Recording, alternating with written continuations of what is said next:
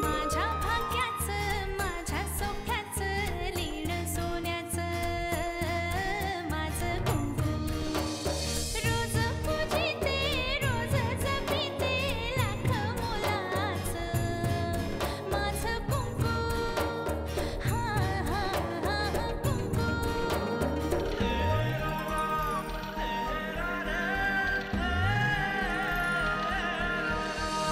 मन माझे घर झाले त्याचे मोर स्वप्नाचा दारी नाचे शब्द त्याचे ग अमृताचे स्पर्श त्याचे चांदण्याचे त्याच्या श्वासाचे त्याच्या डोळ्याचे मुझ सांगते माझं कुंकू हा हा हा कुंकू हा हा हा कुंकू काय झालं डॉक्टर? कशी आहे माझी अमृता? आम्ही वामन, अरे काय झालंय काय? तुम्ही घरी फोन का नाही करत आहात कोणी? अगं अमृता, समजून घेण्याचा प्रयत्न कर. तुम्ही समजून घ्या ना, माझं बाळ कुठे? अमृता, आयुष्यात कधी कधी काही गोष्टी अशा अचानक घडतात की त्यावेळेस आपल्या हातात काहीच राहत नाही ग. अमृता, अगं सावर स्वतःला. डॉक्टर,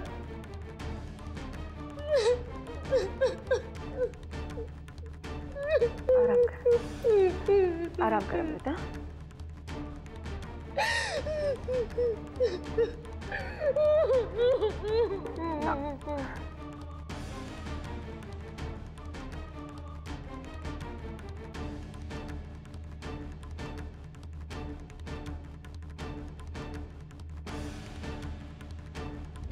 जानकी, हा सगळा काय प्रकार आहे? काय झालं अमृताला? अगं बोल ना, काय झालंय? पण बोलत का नाही यात? आता तरी खरं बोल, काय झालंय?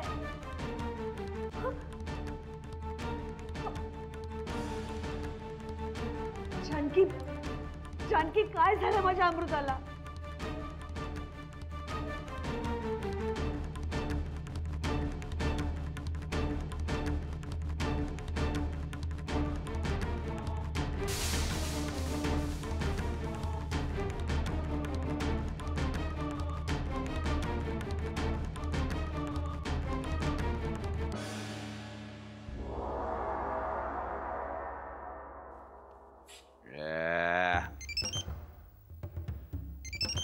या उद्देशाला काय झालं आता? हेलो, माफ करना, इस लाइन की सभी लाइनें व्यस्त हैं. आप जिस फोन पर फोन करना चाहती है वो इस वक्त काम नहीं कर रहा है. मंडल आपका आभारी है. तुमची डायलॉग बाजी बंद करा आणि असाल तसे खोलीत निघून या. महत्वाचं बोलायचंय तुमच्याशी. अरे ये नरसळे, तू मुंबईच्या खोलीत आहे आणि मी रमावतीच्या खोलीत आहे. खोलीतनच बोल काय ते. सकाळी तर इथं होता ना, रमावतीला कसे पोचले इतक्यात? अरे परशुराम म्हणजे हवा का झोका आहे, कभी इधर तो कभी उधर. काय कामाचं ते बोल, आठवून दे फोन. अमृताचं पोर पाडलं विनाकारण. तिचा बिचारीचा तेवढा एकच आधार होता जगण्याचा. आता पुढं काय करायचं ठरवलंय? ए, तुझ्याशी लगीन केलं तेव्हा असं ठरलेलं नव्हतं. हा, पुढं काय काय करणार सगळं सांगायचं म्हणून.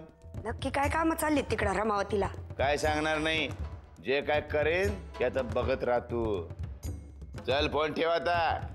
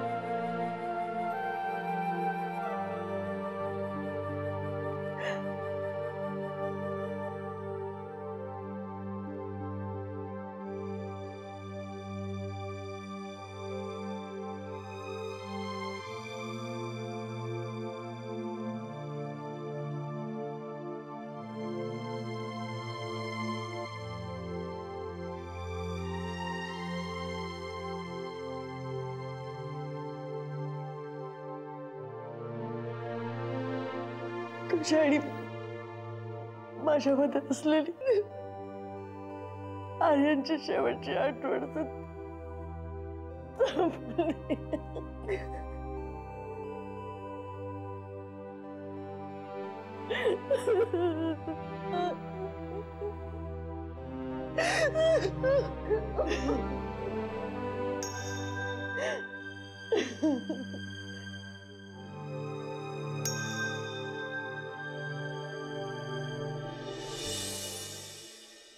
Doctor, yes mister केलेदार. जाब विचारायला आलोय मी. माझ्या मुलीला असं झालं तरी काय? कालपर्यंत ठणठणीत होती ती, मग एका दिवसात असं काय झालं? तळहाताच्या फोडासारखं जपलंय मी तिला. मिस्टर केलेदार, मी सुद्धा तिचे रिपोर्ट्सच चेक करते. It's a case of poisoning.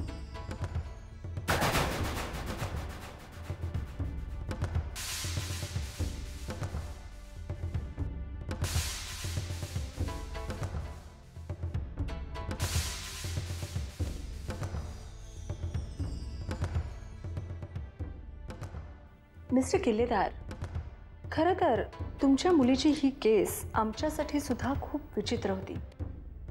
म्हणजे तिला पॉयझनिंग झालंय हे नक्की, पण ते कशामुळे झालंय हे कळायला मार्ग नाही. म्हणजे खाण्यातून तिला पॉयझनिंग झालंय, पण हा पॉयझनिंगचा नक्की कुठला प्रकार आहे हेच डिटेक्ट होत नाहीये. पण डॉक्टर, हे असं अचानक एका दिवसात होऊ शकतं? खरं तर नाही, कारण काल सकाळपर्यंतचे तिचे सगळे रिपोर्ट्स नॉर्मल आहेत. म्हणजे जे काही झालंय ते काल सकाळ नंतर झालंय.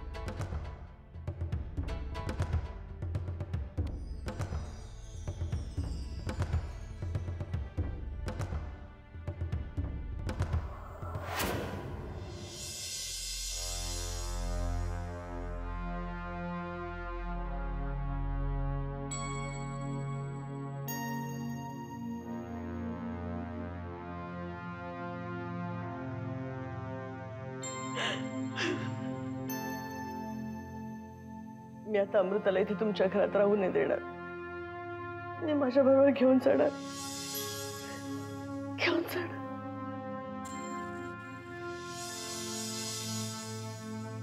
तुमचा राग मी समजू शकते, पण जे काही झालं त्याला कोणीच जबाबदार नाहीये आणि आता घडलेलं कोणीच नाही बदलू शकणार. हे सगळं का झालं, कोणी केलं, सगळं आपण सविस्तर बोल. पण ही बातमी तू माझ्यापासून का लपवून ठेवलीस? काय हेतू होता तुझा? तुम्हाला त्रास होऊ नये हा एकमेव हेतू होता माझा. हे असं काहीतरी होईल कोणाच्या मनात सुद्धा नव्हतं आलं. आणि सगळं नीट झाल्यानंतर तुम्हाला सांगू असं ठरवलं होतं मी. या बाळाच्या रूपाने मी माझ्या आर्यनला पुन्हा पाहणार होते. आजही माझा आर्यन कसा गेला हे सगळं जगासाठी गूढच आहे.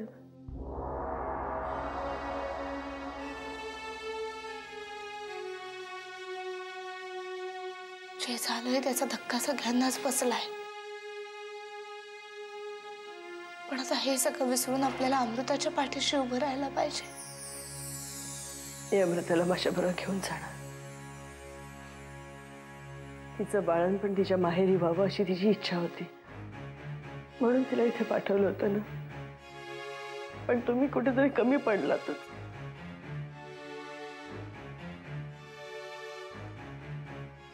तुम्ही आमच्यावर करत असलेले आरोप आम्ही नाही थांबू शकत.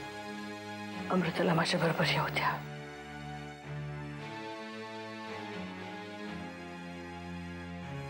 त्यातच तिचं भलं आहे. जे काय सुखदुःख असते ते आमची आम्ही वाटून घेऊ.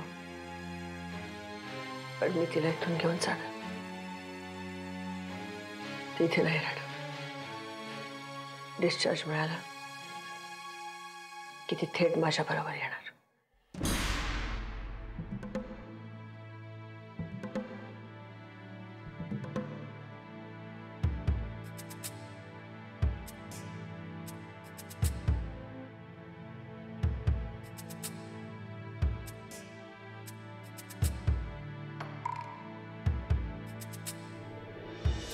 पांडू, तू मला गेल्या महिन्याचं सगळं वेळापत्रक नको सांगूस.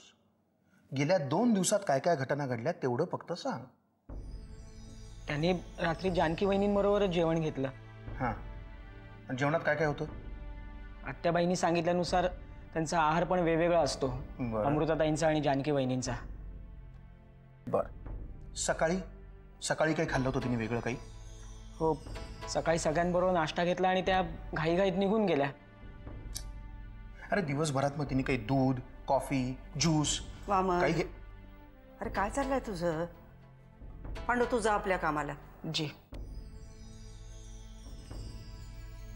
काय पोलिसासारखी चौकशी चालवली आहे सोगाच? करायला नको. कदाचित ह्याच्यात नाही काही सापडलं. असू देत, आता ते सगळं बाजूला राहू देत. अगं नरसिंह आणि जानकी अमृताला घेऊन निघालेत हॉस्पिटलमधनं. कुठल्याही क्षणी येऊन पोचतील ते. चल चल जाऊया बाहेर. अहिल्याताई, मला आमच्या यांच्याबद्दल बोलायचंय थोडं तुमच्याशी. तुझं हे म्हणजे काय कोणी संत आहेत का की त्यांच्याबद्दल तुझ्याशी खूप उत्सुकतेने बोलावं असं वाटेल? तसं नाही, पण तुमचं आजकाल जरा जास्ती पटतं ना, म्हणून आलीये तुम्हाला विचारायला.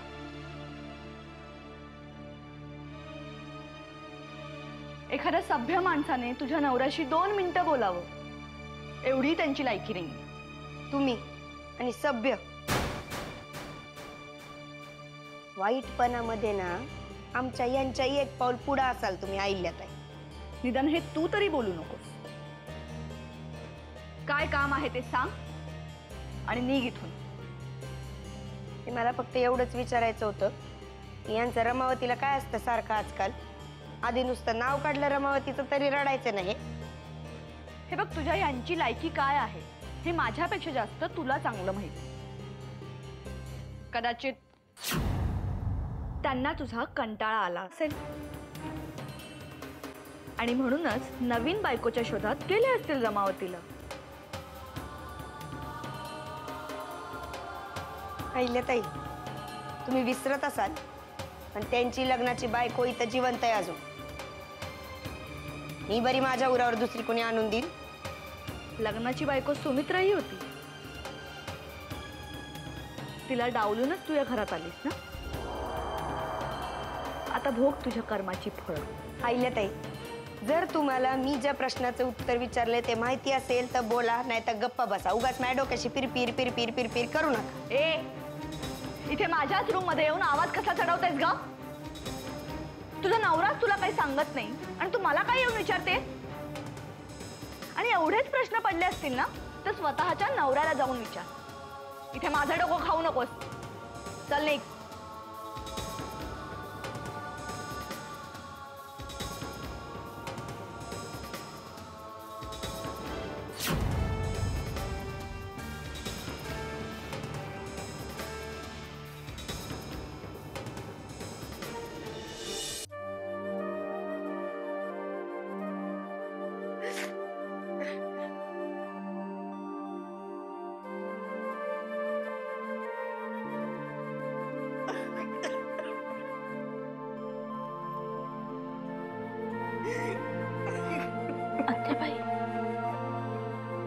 आत्याबाई अमृताला विश्रांती घेऊ दे.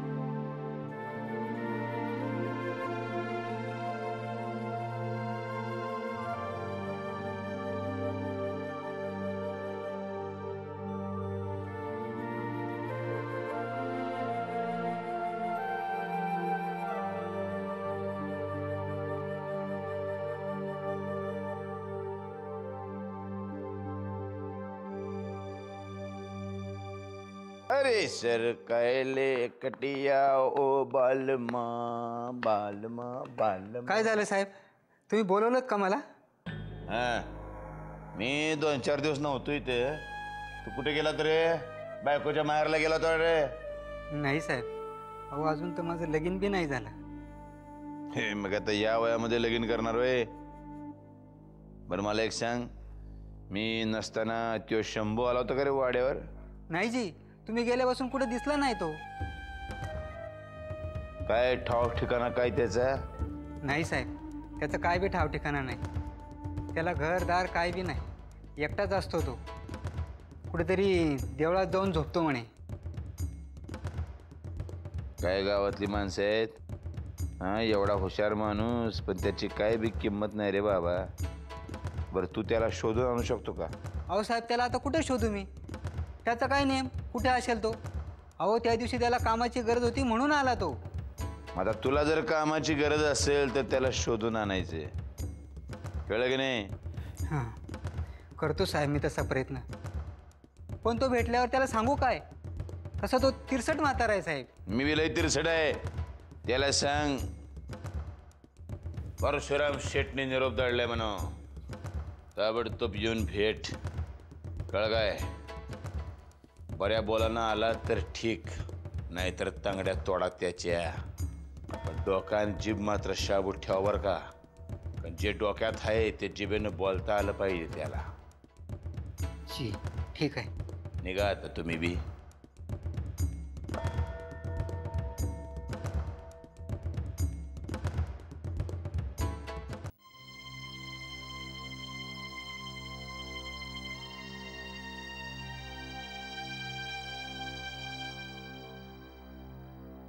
युगंधराबाई अमृताला पुन्हा त्यांच्याकडे न्यायचं म्हणतायत. अमृतानी इथे राहण्याविषयी नाराजीचा सूर होता त्यांचा. साहजिकच आहे रे.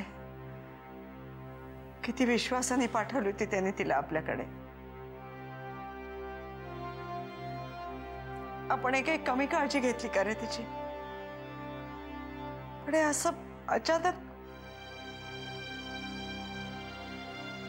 कुणाची वक्रदृष्टी पडली या घरावर कुणाच ठाऊक.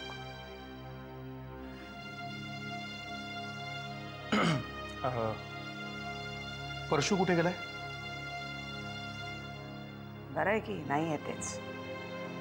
मी काल संध्याकाळपासून घरात कुठेच दिसला नाही म्हणून विचारलं. सुमित्राचे दिवस झाल्यानंतर रमावतीला काम आहे म्हणे, गेलाय तिकडेच. रमावतीलाच? हे बरं आहे. दादा जेव्हा त्याला सांगत होता की रमावतीला जा, तेव्हा सहजासहजी तयार नव्हता आत्या तो. आता इथे घरामध्ये दुःखाचे डोंगर आहेत. त्याला बरी रमावतीची आठवण होतीये. आता तू नको रे नाही ते तर्क लढवू. अगं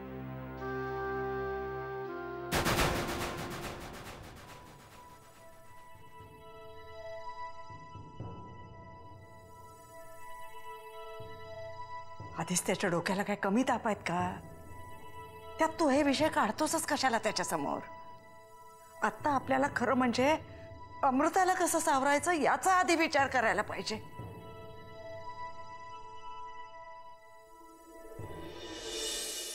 खरं तर मी तुला तिथे पाठवायलाच नको होतं, पण काही चुका अशा असतात ना ज्या कधीच भरून येत नाही. आणि एवढं सगळं झालं तरी तुला तिथेच राहायचंय. स्वतःची काळजी घे. आणि हो, उद्या मी तिथे तुला न्यायला येणार आहे, तेव्हा मला कुठलीही कारणं नको आहेत. हा,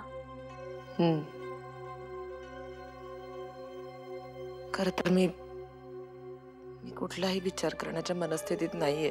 कळतंय मला, आणि म्हणूनच म्हणते तू कुठलाही विचार करू नकोस. मी आहे ना, जो काय विचार करायचा तो मी करेन. तू फक्त स्वतःची काळजी घे.